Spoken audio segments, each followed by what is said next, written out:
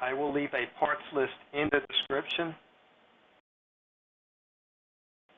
I'm using a piece of aluminum flat bar and a hammer to force what was left of the expansion joint down into the crack so there will be enough room for the tubing to go in.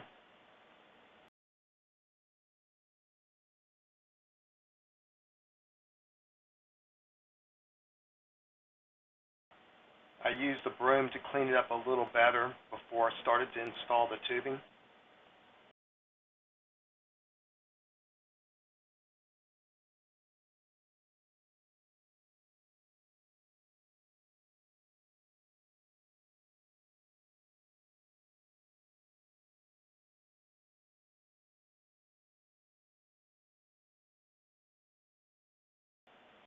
This is the 3/4 inch irrigation tubing.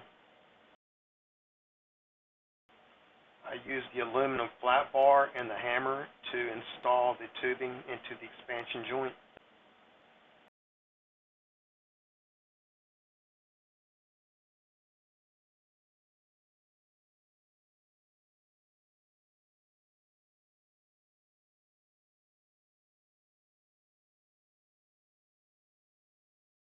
This is after it's been installed.